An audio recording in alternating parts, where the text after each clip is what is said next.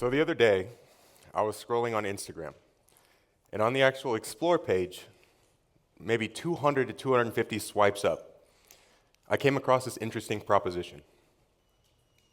The proposition read, if you were to have entered a contest and won this contest, and the grand prize turns out to be $86,400, and you receive this lump sum of cash every single day, but there's one condition.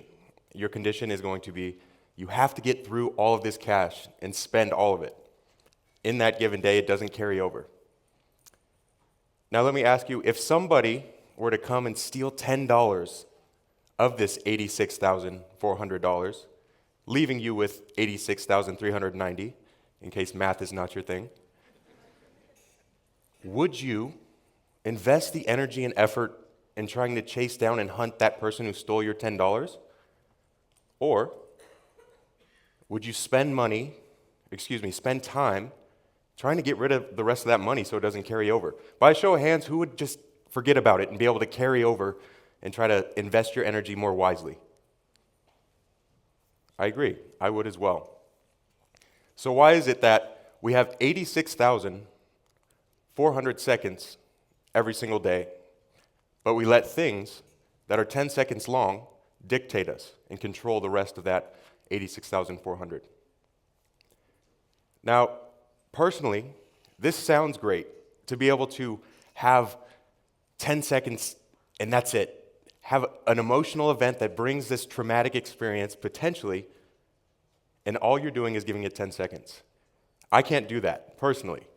And I want to give you an instance, most recently, of this exact occurrence.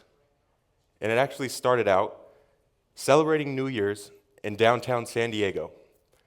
So a group of me and I would say 6+ friends were going to enjoy some of the city's finer dancing establishments of the actual town. Now, celebrating New Year's is, of course, an event in and of itself, and it's supposed to be lively and great. So we're walking the streets, and everything is beautiful.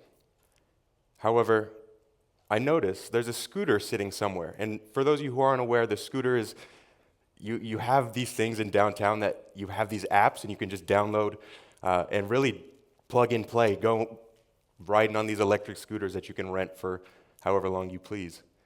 And I saw this scooter, and I decided, okay, this is what this night calls for. Took the scooter, rode it around, and long story short, I end up falling in the middle of a huge crowd of people, just face first, sliding in as if I was on like home base or something. Now, it's very interesting. I was kind of determining my level of social embarrassment, where should I fall, but ended up laughing. However, I stood up and had a sudden instance of panic, and I realized, where's my phone? And I saw it 3 feet in front of me, laying face down on the asphalt. Now, I walked over to it, and of course in my head I'm thinking, absolutely, it's 100% cracked. There is no chance that this thing is fine. And sure enough, looking over it, I drop down, pick it up, and it's fine. It's actually completely fine. And so I put my hands down and rest easy. However, I realize I have a phone in my pocket from a friend who happens to be a female and just so happened to be wearing a dress who didn't have any pockets, and I landed face first on the pavement. Exactly. So I pull this out, and sure enough, it's completely shattered. Now I look over, and I'm avoiding eye contact with her at all costs. And long story short, this really affected my night. And I went through a bunch of different phases of emotion, and it really took away from the experience of New Year's. She luckily didn't mind and thought it was hilarious, thankfully for me. But for me, this was really a process of going through this and trying to understand what was going on. Now there's, of course, the actual occurrence in case you guys are visual learners. But moving in, I had experienced these levels of emotion before. And for those of you who don't know, this is actually the levels and the phases of emotion you go through when you experience emotional change or emotional trauma. So I didn't think it was the event. I was like, okay, it's a phone, it's a physical item. This is definitely not going to be so detrimental to my emotional health, right? However, this process, I felt it before. I knew it was from previous experiences. I just couldn't explain what it was. So, of course, starting with denial, anger, bargaining, that's where I tried to, say I would buy her drinks potentially to make up for it, or whatever I could do to try to justify in my own self that it was okay. Sadness, and then finally acceptance. And acceptance is a key point. Acceptance was not necessarily saying that I sorted through everything, but instead that I just moved on. And this brings me to really dive deep into who I was and be like, what did I experience right now? Why did I just have this crazy emotional reaction that just engulfed me completely? So, I started referring back to some of my childhood days. And in childhood, I experienced this many times. My mother, unfortunately, was going through her own issues at a certain portion. And so she would go missing from time to time. She struggled with addiction and some other just personal self-esteem issues that really drove her to kind of hide away and confide in herself. And so I remember particularly another event with this phone is calling her, trying to get a hold of her, and I could never reach her. And it's interesting, but the events are insignificant. And by that I mean, whether it's a phone crack or whether it's me trying to get a hold of my mom, I still went through this same process. And so I started reasoning with myself, realizing events and emotions don't go hand in hand. There may be something to this. We may be able to assign emotions and choose. So, that's exactly what I tried to start doing. Started to become aware of my emotions. And then I really looked into how we form these belief systems about emotions. Because at first I thought 100% your emotions go hand in hand with the event, there's nothing you can do about it. But I realized that's just not the case. As you can see in this graphic, thoughts turn into emotions, emotions turn into actions, actions turn into outcomes, and then the cycle repeats. Your outcome comes back to a thought, and you base what you're thinking off of what just happened in the end result. And this is actually a pattern we get into with the neural pathways in our brain. And the more we develop those specific neural pathways and associate a certain emotion with a certain event, the more likely we are to have something that's not necessarily relevant to a specific emotion impact us. Now, I don't know about you, but to me that sounds like we're lacking a lot of control.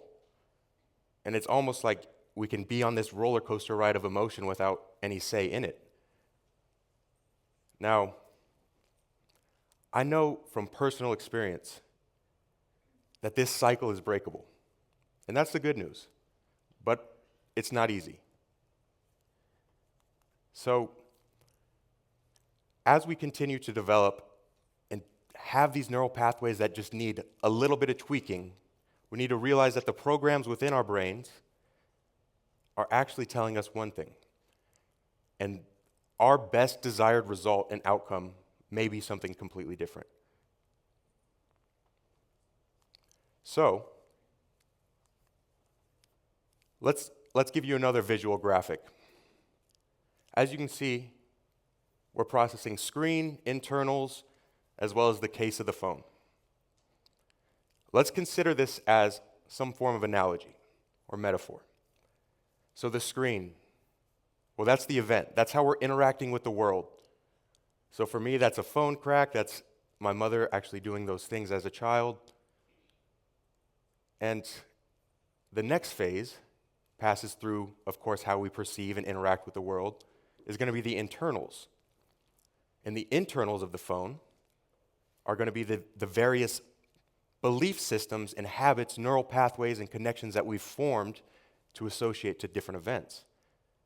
And then the actual case let's think of as the actual emotions. And now again, for me, I said I had some issues with anxiety and depression.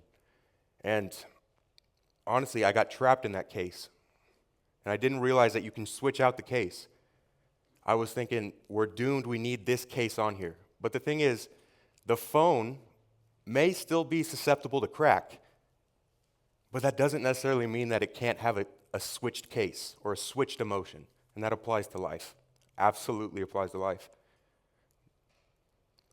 You can determine the emotions that you actually put within any given event. And they're two separate things. Nobody's forcing you to feel a certain way. Nobody's making you obligated to have a reaction. And I remember even calling back when I would receive those calls that never went anywhere because she wouldn't answer. I would feel guilty if I didn't call, right? I needed to do my part. But the thing is, nobody's forcing me to do that. And now I realize that. So, people ask me, what is some proof that I can see that we actually have these patterns in our brain that you're just talking about? Why, how is that not just a theory? 23,040.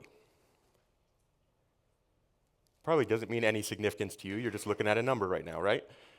Well, that's the average breaths a person takes in a day, the average amount. 23,040 breaths. Now let me ask you a question. By a show of hands, how many people were consciously aware of 23,040 breaths today? Not many. I can pretty much guarantee not any. Now, this applies to our emotions as well. Our systems within our brain are giving us feedback. Our brain is a mechanism for survival, not necessarily something to make us feel good. It's meant to induce fear so that we're able to get away from danger or react to whatever it is that we need to get away from or find pleasurable. So, when you're thinking about 23,040, it's really just an awareness. And the other fascinating portion is when you are breathing, when you actually notice that you're breathing, it's kind of like it ticks on and you have to manually breathe. So you're in this autopilot mode, then all of a sudden you have to do it. Same thing with emotions. We're going through these things without us even realizing it. All we have to do is become aware. Now, the awareness is going to be the biggest factor. So once you have that awareness, we've established that the event is different from the emotion, so we understand what's really going on here. But we haven't established how. How can we shift that? And really, it's just your internal dialogue. It's that soundtrack that plays directly in your head over and over again. It's what you're telling yourself. It's becoming aware of different patterns and different things you're doing, really taking into consideration what you are and who you are. Now, I will give you 6 seconds. 6 seconds from now on to indulge in your emotion and feel for yourself. But after that, I don't want any further. And I give you 6 seconds because, to wrap things up, 6 seconds is the amount of time it takes for the chemicals from emotion released in your brain to actually be absorbed in your body. 6 seconds, that's it. If it only takes 6 seconds, that means whether it's cracking your phone, whether it's calling someone and them not answering and you feeling guilty for not, any external circumstance is only worth 6 seconds of your time. Otherwise, it may be your choice to feel that way. Thank you.